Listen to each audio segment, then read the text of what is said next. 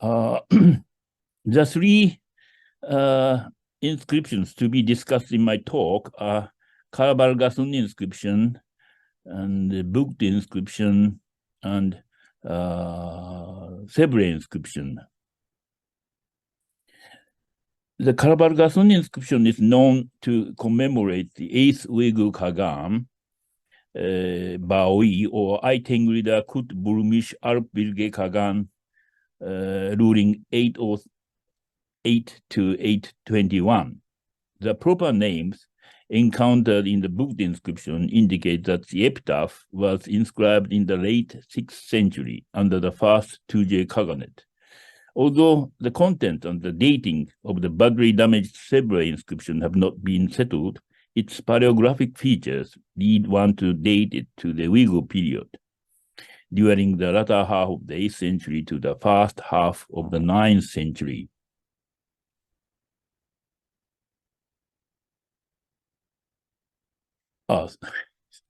In 1997, I had an opportunity to visit the three sites in Mongolia and was able to investigate it in situ, the two epitaphs, booked and Sebre, of which the editions were first published by Lifshitz. In this lecture, commemorating centenary of Vladimir Lifshitz, I should like to review some results of my own study of the three inscriptions. Nevertheless, due to the lack of time, I think I will talk about only two of them. Quite recently, the fourth Sogdian inscription was reported to be unearthed from Nomgon, Mongolia. Its photograph and rubbings have been shown online. As far as I can see from miserable traces found in the rubbings, the language and script do seem to be Sogdian, but it is not possible to read them. I can only suggest a few possible readings. For example, the first line,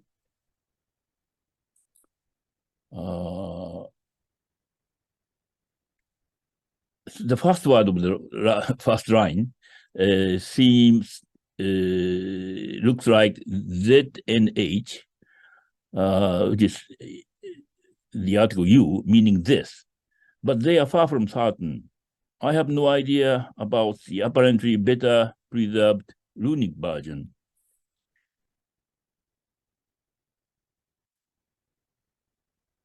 The first of the three is the most well-preserved booked inscription. Let us see some photograph. This is the photograph of the inscription. Well, this is me, and this is the local scholar, Patruga. Well, it was in 1997. あ、そう。はい。And then this is the back side of, well, in fact, this is the front face of the inscription. And this is the photograph which shows showed my the rubbings which I made myself. The booked inscription, the book is here, was first discovered in 1956 by a Mongolian archaeologist, Dorji Suren, in Iftamir Som of Arkhangai province, Mongolia. It is now exhibited in open air in a court of a monastery called Zain Gegen, which serves as a local museum located in the city of Teterek. The inscription was first published by Mongolian scholar Rinchen in 1968, who believed it to be inscribed in Uyghur. It was Lifshitz who first recognized the Sogdian language from the photograph of the epitaph provided by his colleague Krastorny. The first edition of the Sogdian version of the book stele was published by Krastorny and Lifshitz in 1971 in Russian, and its English version appeared soon after that in 1972. Their study comprised the edition of the Sogdian text with philological notes and translation, most probably by Lifshitz, and the discussion of the historical context prepared obviously by Krastorny. The Sogdian inscription begins on the left-hand narrow side here, B1, total 5 lines, continues to the front side, B2, totals 19 lines, and ends on the right-hand narrow side, B3, 4 or 5 lines. Lifshitz was able to read Mugan Kagan in several places of the inscription, and Krastorny identified his name with Muhan Kagan. Here is the list of the Kagans of the first 2G Kaganet. Mugan Kagan is the third Kagan. And well, in this talk, I will talk about the first Kagan, Iri Kagan, and then, oh, 元に戻したんだ。戻すこれAnd then Muhan Kagan is followed by Tabo, and Tabo's son Anro, and then Anro's cousin Shabo, Rue, and so on.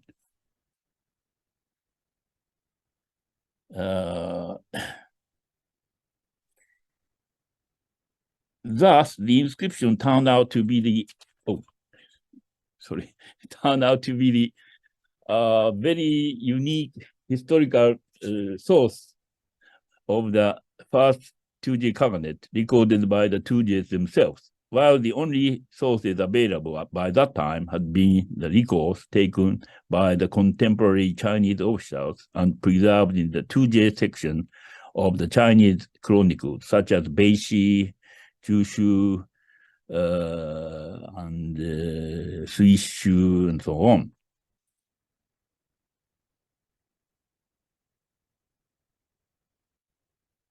The fact that the Sogdian version occupied 3 sides of the stone certainly indicates that the most important main message was inscribed on the remaining other wide side, which must have been the front face of the inscription.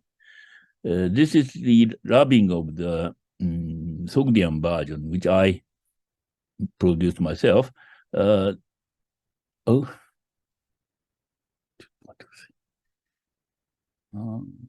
This is B1 side, and this is B2 side, and this is B3 side. And you can see the remnant of the Brahmi side here and here.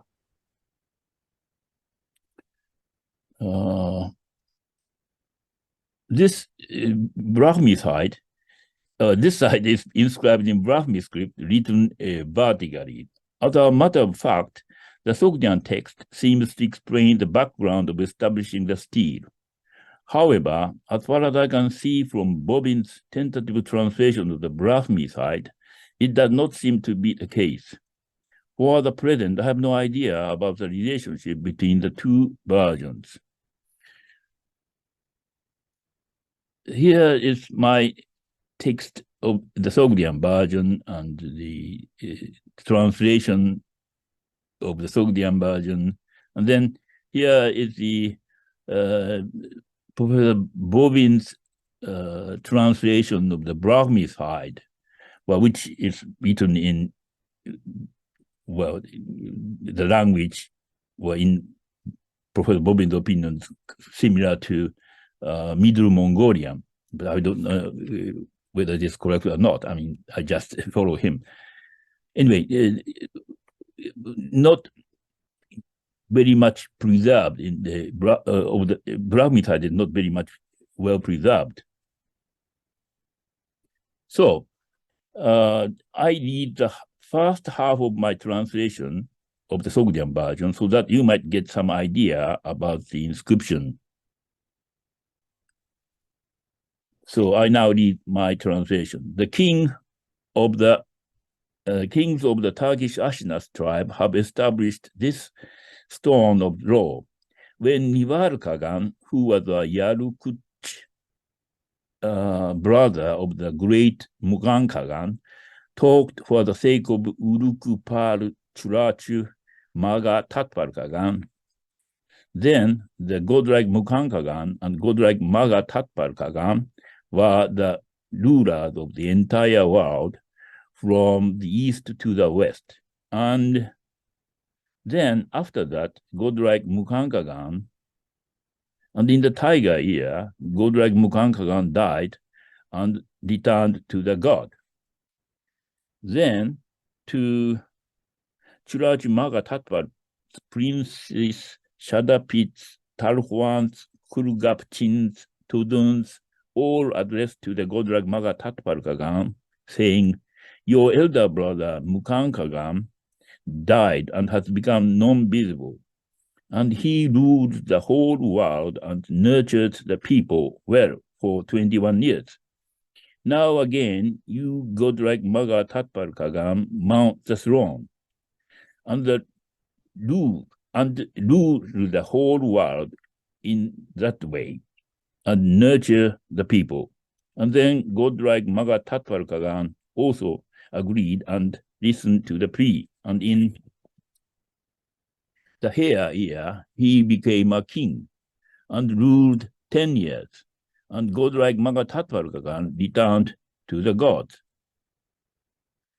Then later, Shadapits, Talhuans, Kurgapchins, they discussed the matter. Then they placed Maga Umna Kagan on the throne, and Maga Umna Kagan ordered, for the sake of his father, to establish a great something, temple or tomb. A few pieces of intriguing new information which Krascherny and Lifshitz claim to have recovered from the book inscription may be mentioned here. The authors read Mahantegin or Magantegin 5 times in the inscription, B1 lines 2 to 3, B1 line 3, B2 lines 4 to 5, B2 line 6, B3 line 4, and argued that the inscription commemorates Mahantegin, who was Mughal Kagan's brother, a person not recorded in the Chinese sources. They also read Mazeh Nu Sangha Ost in B2 line 10 and translated the passage as establish a great new Sangha. According to the Chinese sources, the fourth Kagan, Tabo Kagan, who was Mughal younger brother and was identified with what they did Taspal Kagan in the stele, introduced Buddhism into Tuje and Krascherny related this passage with Tabo Kagan's belief in Buddhism. Lifshitz also reads Bagu Bumin Kagan in B2 line 8 and identified him with Iri Kagan, who was the first Kagan. His name is recorded in runic inscription of the second Tuje Kaganet as Bumin Kagan. So Iri Kagan is in the Chinese source, and Bumin, he is called Bumin in the runic inscription of the second Tuje Kaganet. On the condition that the reading should be correct, all these arguments sound very persuading, and it comes as no surprise that several competent archaeologists and historians advanced somewhat hazardous arguments following Krascherny and Lifshitz's understanding of the inscription.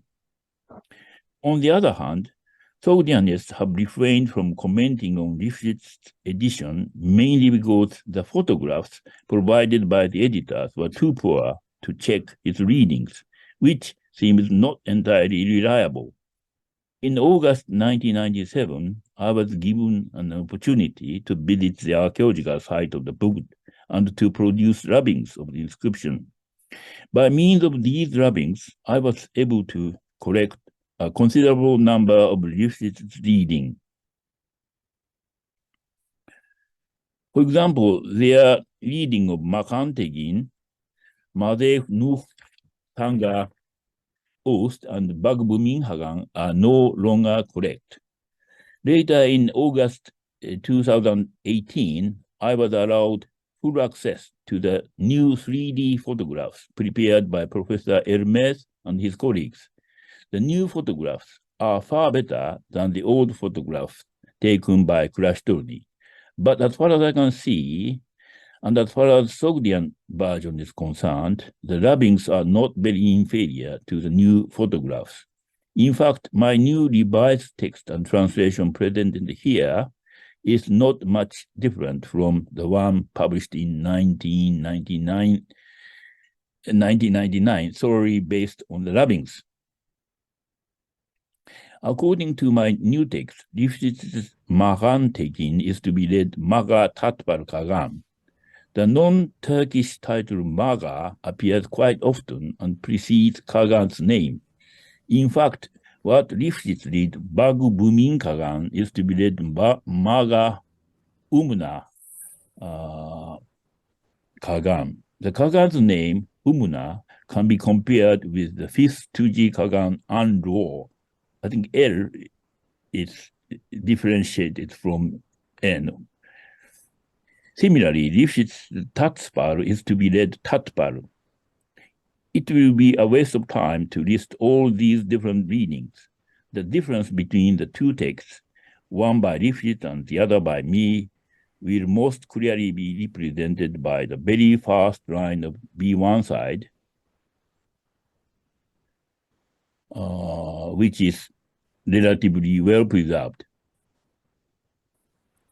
My translation is of this line is the kings of the Turkish Ashnas tribe have established this stone of law.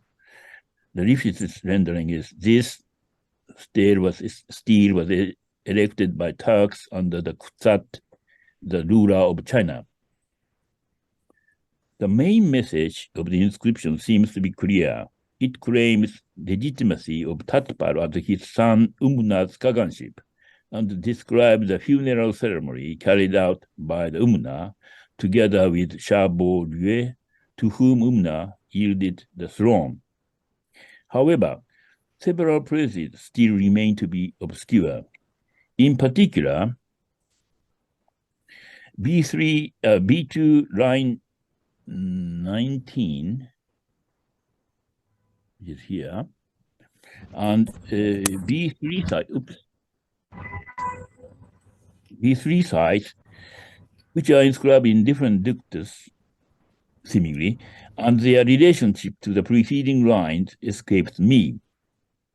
In the meantime, so-called Mongol Kure inscription has drawn attention of several scholars. Among others, Etienne de la Bessière published a short article drawing on Similariums and my text and translation. The inscription is dedicated to Mukan's grandson Neri Hagan and mentions a hair year as the year when he becomes the great Kagan. Uti Ukshu Vist Sard Pashtar, who Mukan Kagan Pishan Chulpi Nari Kagan Par Hargo She Sardi Mavef Kagan Nisti or Ikti. 20 years after Mukan's death, Mukan Kagan's grandson Chulpi Niri Kagan was installed as a great Kagan in the year of hair. This inscription also attests the idiomatic expression Ko Bagu Sar Pawartant, they returned to the god, meaning they died, but with the imperfect form rather than the preterite puarsti in booked inscription. Nuri Kagan is identified with Nili Kagan of the West 2J, and the hair year mentioned correspond to, as explained by Durabessel, correspond to 595 CE. The two inscriptions are almost contemporary, and the comparison of the two inscriptions will certainly yield a fruitful result.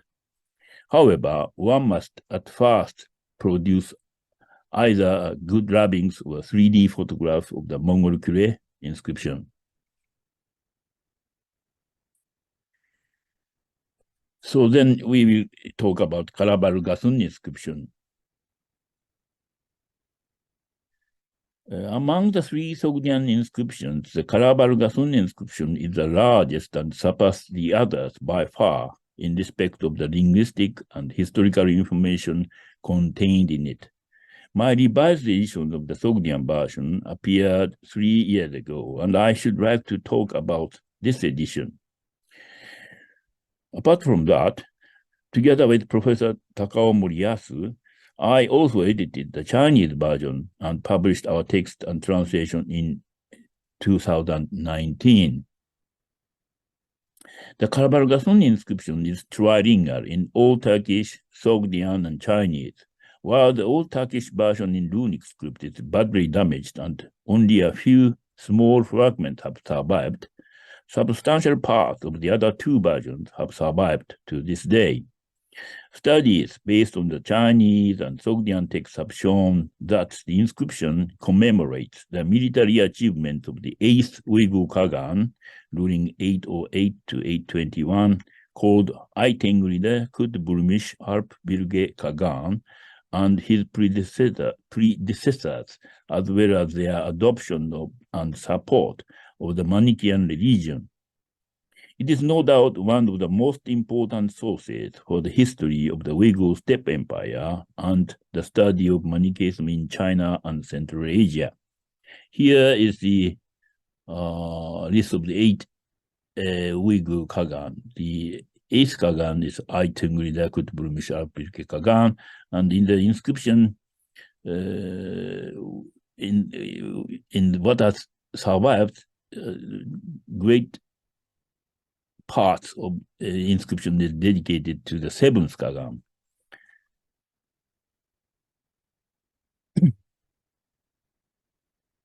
The site of Karabargasun is located on the left bank of Orkhon River in the northwestern corner of Burhangai Aymak of the Republic of Mongolia, some 380 kilometers to the west of the modern Mongolian capital Ulaanbaatar. It is the ruin of the capital of the Uyghur Steppe Empire from the second half of the 8th century to the first half of the 9th century. In the northeastern corner are found the remains of what seems to be a kind of to be a square palace surrounded by a rampart of 404 meters by 360 meters. This part, this is a kind of palace, I think. Fragments of the Karabargasun inscription are found scattered on the ground, located some 500 meters to the south of the palace. So Karabargasun inscription is discovered here. Judging from the old map made by Radolf, the spot where the fragments were discovered looks like a courtyard of a large building complex. Since 2009, the German Archaeological Institute has been undertaking extensive research at the site. The German team defines what I call the palace as palace or temple district, and the complex where the inscription was discovered as Manichaean Sacral Complex. Already in 1999, I envisaged the possibility that the complex might be identified with a Manichaean church. In the late 19th century and early 20th century, when several European and Japanese expeditions visited the site of Karabargasun, there had remained some 30 fragments bearing inscriptions.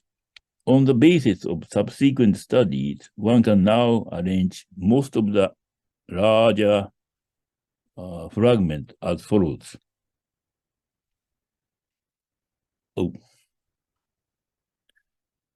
The Chinese and Sogdian version occupied 3 sites. I'm sorry, this plate is a bit small, but this is Chinese part, and this is Sogdian part, and this is the small site. This is the small site. The Chinese and Sogdian versions occupy 3 sides, 1 wide side and 2 narrow sides, and the other wide side is inscribed in runic script. The Chinese text occupy the left half and the Sogdian the right. The columns of the Chinese text run from right to left. And the Sogdian, the right, the Sogdian, but the Sogdian, those of the Sogdian version run from left to left.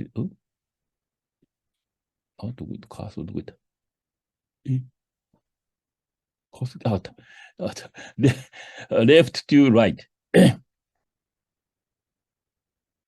The column of the Chinese text run from column 20 of the Chinese version is inscribed on a narrow space made by removing the corner of the stone. This situation suggests that one line would have been written on the other corner of the Sogdian side.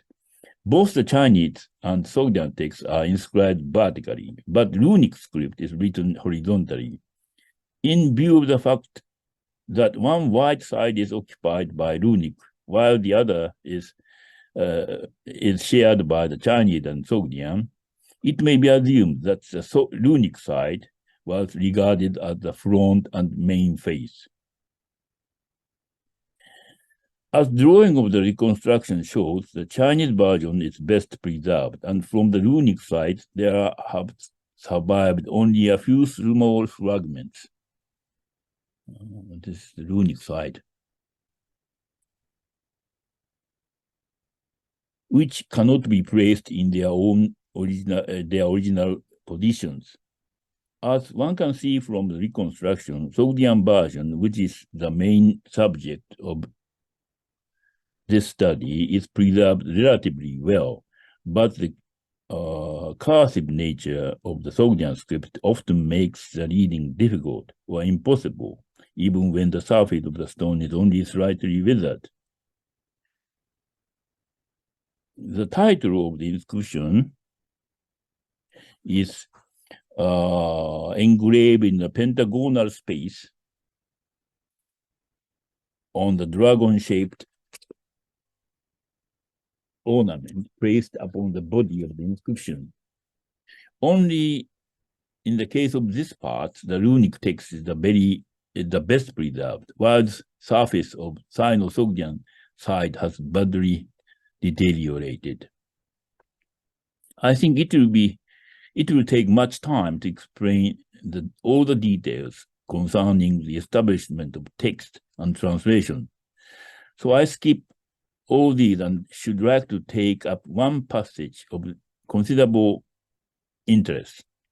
Let us see line 20 to 23, which are relatively well preserved. Line 20 to 23 is somewhere here.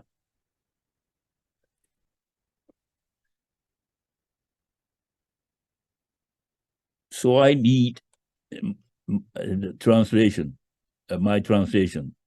He made great peace for the elect and the Yoshida, that is to say, the Manichaeans, who are those Kalruks who had submitted themselves, he appointed the minister named Alp-Inch-Bilge as Yabugu and gave him the royal emblem and the title.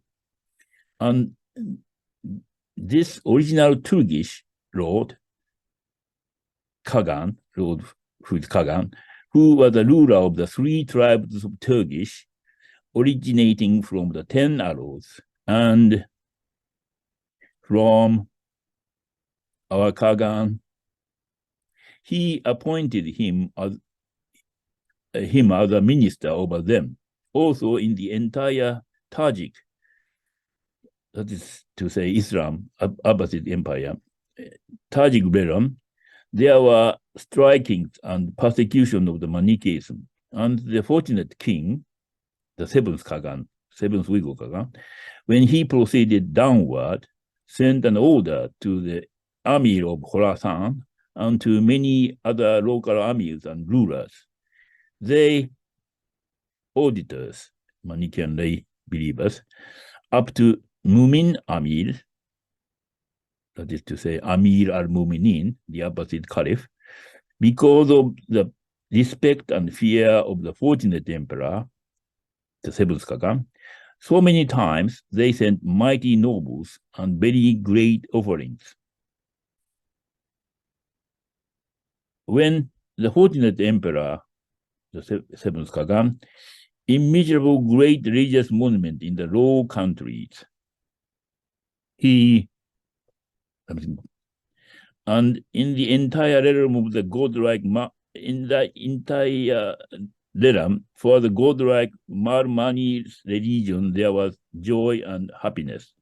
Because in this realm, whatever religious monument there was, the Kagan, 7th Kagan, had not proceeded from the world. Then, when the godlike king, the 8th Kagan, in view of the wording of line 23 saying the Kagan did not yet departed from the world, this part describes what 7th Kagan achieved towards the end of his career. After the 7th Kagan had banished the Karluk headed by the Yabugu from the Chubari, he appointed the leader of the black Turkish tribe named Alp-Inch-Bilge as Yabugu, or leader of the more obedient Karluks. Turkish people were original residents of this area, or does it say Chubari. Being informed that Manichaeans are persecuted in the Abbasid Empire, when the 7th Kagan came westward, possibly somewhere in Sogdiana, he sent a message to the governor of Khorasan, as well as local rulers, possibly asking them to stop the persecution. And as its result, even the Abbasid Caliph, Mumin Kamil, Amir al-Muminin, showed courtesy by sending noblemen and offerings to the 7th Kagan in Mongolia. I believe that the famous Tamim ibn Bahr's delegation was one of them. And I also suppose that Minovsky was wrong in dating Ibn Bahr's delegation to 821 AD.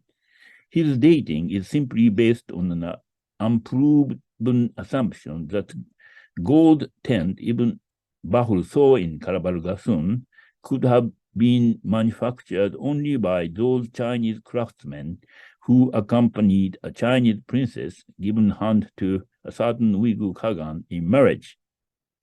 According to the Sogdian and Chinese texts, local Manichaeans seems to have benefited from the 7th Kagan's efforts, although it is not clear exactly what he did. It is worth noting that Abbasid Caliph mentioned in the Karabalgasun inscription is no doubt Harun al-Rashid, ruling 786 to 809, who was almost contemporary with 7th Uyghur Kagan, ruling 795 to 808. It is of some interest to recognize that the two supreme rulers had a direct diplomatic contact each other towards the end of their careers. Finally, I should like to draw attention to one coin found from Krasnarechka in the Chubari. This coin bears on one side a legend reading Yagrakar Hub Panihachi. This is a coin of the ruler of Yagrakar. The inscription of the other side can be read Farn Funti Ubat. May it be fortunate. Since Yagrakar is the clan name of the ruling Uyghur Khagan, it is likely that the coin was issued by the Uyghur steppe empire. The verb form, uvat, is typical of Manichaean Sogdian, as it is compatible with the assumption that the coin was issued by the Uyghurs, whose national religion was Manichaeism. The reason why such a coin is discovered in the Chubari may possibly be that the Chubari was under the strong influence of the Uyghur steppe empire during the early 9th century. I skip my discussion of the Sebre inscription.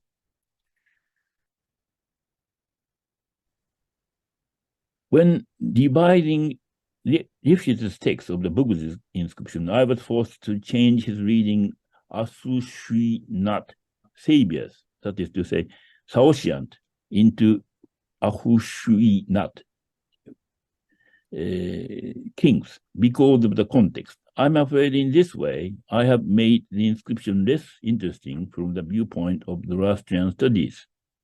Similarly, one may dismiss Saoshyant from Sabao Shijun or Wilcox sarcophagus of 580 AD, discovered in Xi'an, China. In Giuliana Guraci and Jason Bedun's opinion, the main figure in the panel 1 of Wilcox sarcophagus, this one, is to be identified with Saoshyant. However, among the three sages on his left side, the one in the middle holds something like a twig in his hand. Following, this may be compared with Zoroaster found in the Manichaean painting, which I discovered in Japan. It was Guraci herself who first identified this figure. Where is it? This figure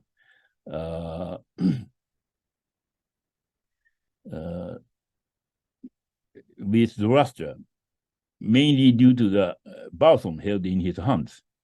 Following de la Bessière, I prefer to identify the main figure of the Wilcox panel as Mani, and the four sages are to be compared with the four primary prophets discovered by Guraci in Japanese Manichaean painting. That is to say, Mani, Buddha, Jesus, and Zoroaster. Well, I come to the end. I am afraid there remain so many obscure places in the three inscriptions. I do hope the younger generation will solve all these difficult problems in the near future. Thank you very much.